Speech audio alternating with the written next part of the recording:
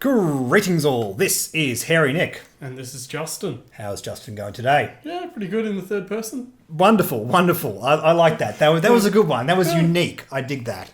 Welcome back to the Hangar Bay, where we talk about your submitted X-Wing lists.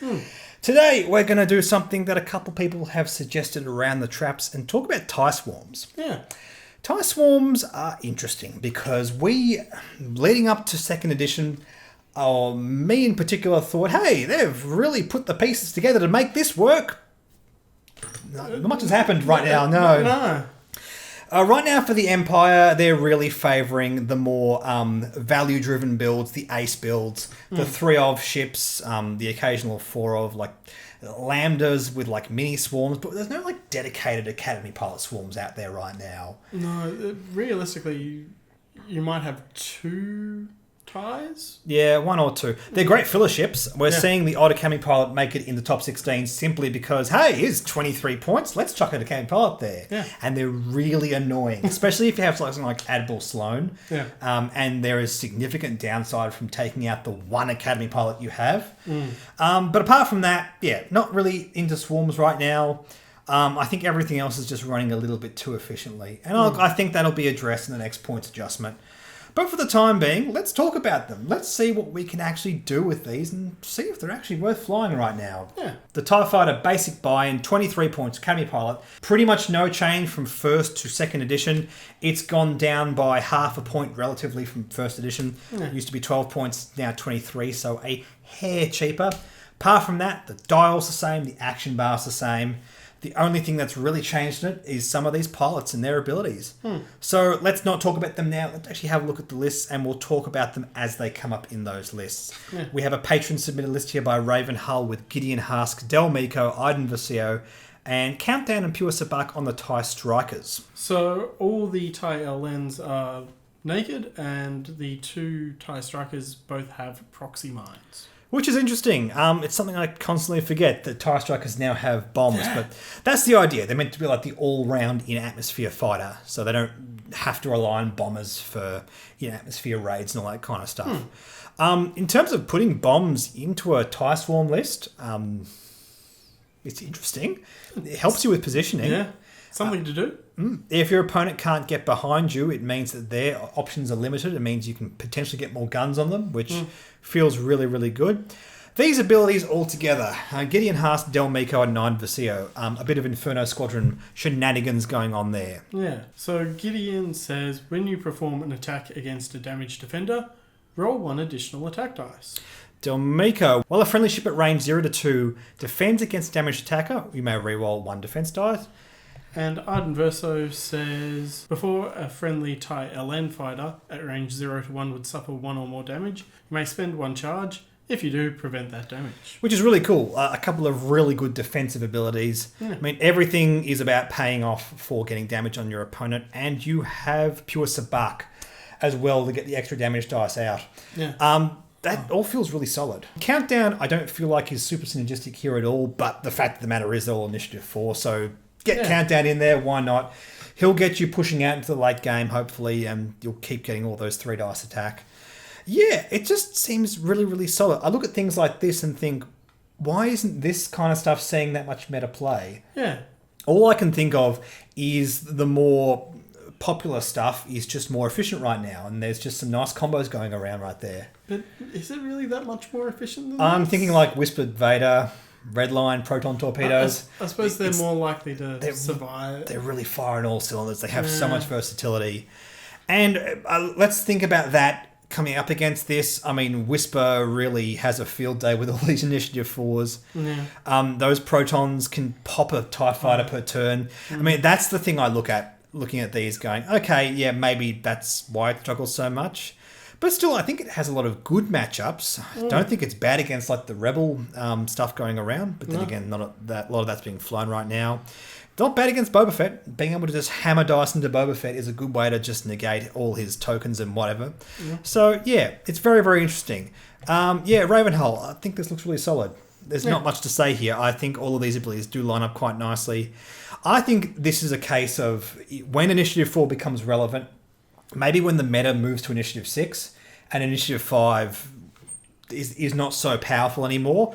Suddenly you can just go, well, I just don't care about initiative. I'm just going to run all the initiative 4s with the good abilities and just go, okay, you can run initiative 6. I don't care. I'm just going to pressure you with a lot of ties. I agree. That seems like a really cool idea, and I dig that. It's going to be a bit of a meta situation. Let's move on to this list by Jack Frost 2. I wanted to highlight this list because it was something that I was theorising about towards the beginning of 2nd edition, and that's just chucking down a whole heap of Academy pilots alongside a Lambda-class shuttle with Tarkin and Krennic. Also a shield upgrade. So what's that?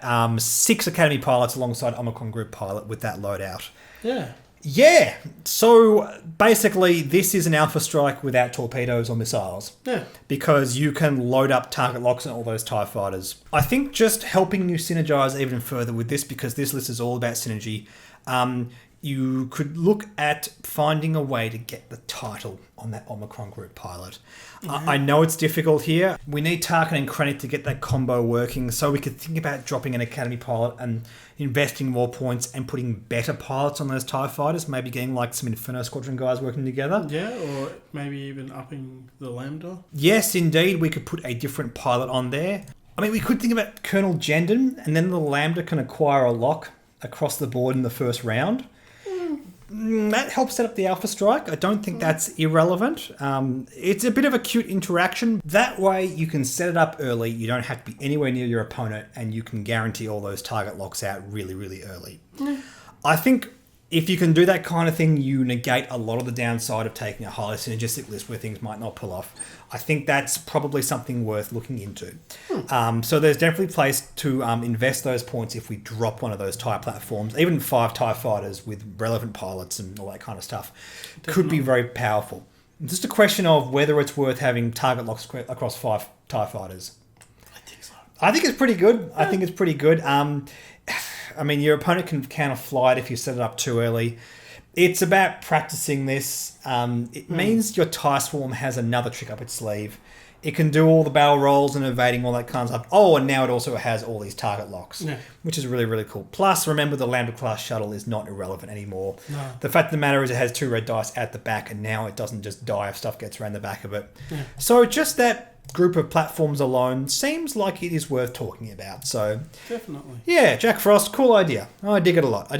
Let's move on to this list here by Ltcwinger. We have a bunch of TIE fighters, Howl Runner, Scourge, Gideon, and 4 Academy pilots. So aggression. I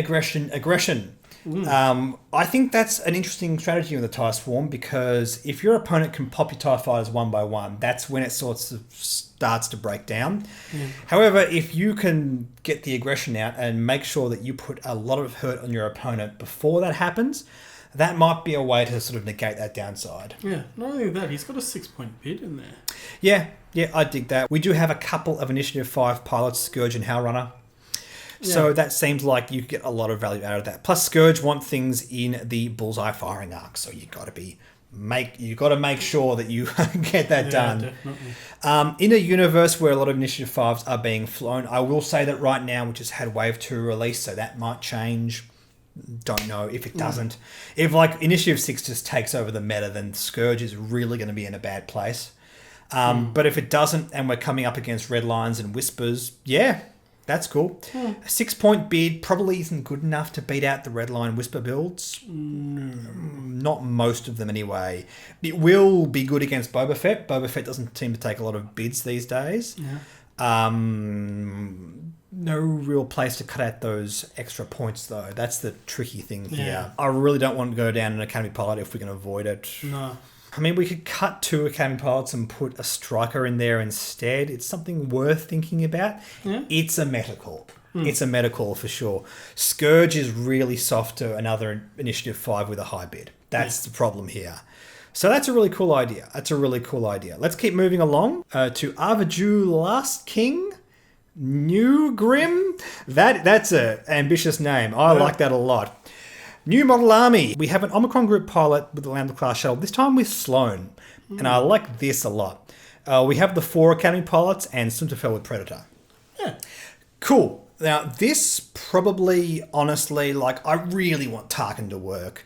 let's be honest, in terms of meta play, Sloane is the thing actually seeing play right now. It's a consistent value engine that gives you a nice bit of control and offensive power. And this is the kind of list that I think really benefits from that.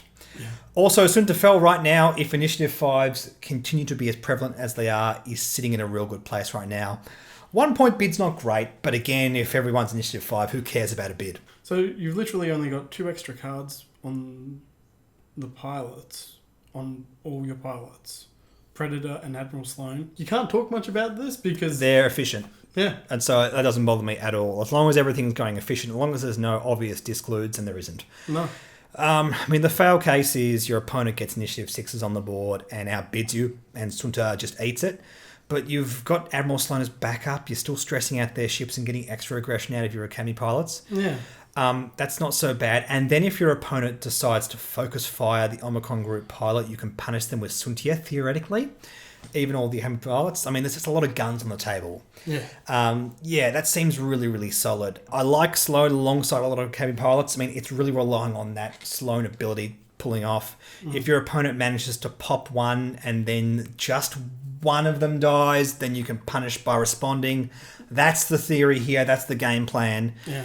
And it just seems really, really good. Just bear in mind you can cut away a few Academy pilots and put something else in, like a Whisper or a Pure Sabak. And there is definitely options worth playing around with. Sloane doesn't need the build around to really pay off. But then again, if we do that, it's not really a TIE Swarm, and that's not what this video is about. No. Cool. Dig it. Lucas Venegas. We have here a bunch of TIE fighters. Yeah. Howrunner with Duke. San Marana with Marksmanship. Del Miko with Duke. Black Squadron Ace with Duke. Black Squadron Ace with Duke. And Black Squadron Ace with Duke. That's a lot of Duke. That is a lot of Duke indeed. So the one thing not using Duke is San Marana. San Marana wants to be able to spend those critical hits to provide your opponent with damage cards, so that makes perfect sense. I mean, my gut says I want crack shots instead of Dukes, but I feel like this pays it off quite nicely. I can see where you're going, but like, Duke is just good. Duke is just good. If you're constantly evading, your entire list can just sort of turtle up and then just shell your opponent. You've got Howrunner, you've got San Marana to get consistent damage across the board. Del Miko on defense. And... Yep. End of the day, 6 TIE fighters. It's not a 7 TIE fighter build. I mean, that's the cost of running Dukes over crack shots. You really can't get that 7th TIE fighter down on the board. Yeah. And I guess that's the question here. I'm finding more often than not than with second edition, we are talking about platforms over upgrades. And that gives me pause for thoughts here. Maybe we just want Academy pilots and we just want to get the extra platform down on the table. It's a lot of copies of Duke. There, we could definitely have another Academy pilot if we cut away those. Yeah. Not sure. It feels like there's a lot of upside to Duke here. That's the only thing. Yeah. I mean, Duke is amazing on your Phantoms, on your Defenders. On your TIE fighters, I think it's just good. But when we're considering the costing that FFG gives it, are they taking into account those amazing combos? And if you're not using it with one of those amazing combos, is it just too expensive? That's the way I think about this. So that is worth thinking about, Lucas. That's the one thing that gives me pause for thought here. One more list we're going to talk about here. This is something that you've been workshopping. Yeah. Yes. I've played it a couple of times. I must say I've put it away for a while. Yep. We have a collection of 6 TIE fighters again. Yep. Howrunner, Mauler Scourge Scutu, Del Miko, Gideon Hask, and San Marana. Yep. And the collection of cards that you have to put on them. Yep. By the way, we were talking about this before. The reason that San Marana has crack shot instead of marksmanship is simply because you only have that many copies of the cards. Yeah. Now that we have the Wave 2 conversion kits, we have all the cards we need. So we can just go crack shot on the whole board, but San Marana gets marksmanship. I think that's probably the best way to do this. Yeah. But yeah, again, it's offensive firepower. It's another 6 TIE fighter list. I do wonder whether we just want 7 TIE fighters. Yeah. Or a TIE striker to get more red dice on the board. Is that just better? So it's 3 5s and 3 4s. Yep. That seems good. Initiative 5 is very, very relevant right now. If the meta shifts towards Initiative 6, again, you might want to think about ways to sort of better capitalise off this, because if you're getting blanked out in Initiative, it doesn't matter if they're 5s or 4s. Yeah. Which feels a bit bad, but, you know, whatever. That's just the kind of stuff we've got to deal with. And it's all about offensive power and 6 TIE fighters. I mean, what's the thing hating on this right now? I think it's just the ultra efficiency of Redline just wrecking ships. Yeah. This does not match up well to his proton torpedoes. No. It doesn't match up well to Vader's, raw attrition with his offensive power. Yeah. And I think going up against Poe, they're just going to pop. Yeah. I mean, you can get guns on Poe. I don't think that's such a bad thing. It's weird because I actually think the Initiative 6s are a better matchup for them. Because you can just get guns on them. Poe only has 2 green dice, so you can work through Poe. But your Sunterfell, I guess you can work down Sunterfell with raw attrition. Yeah. In the comment section, guys, what do we think is the main thing holding back the TIE swarms? Because I'm very, very curious. It's a relevant conversation. We now have the Mining Guild TIE as well on the Scum faction.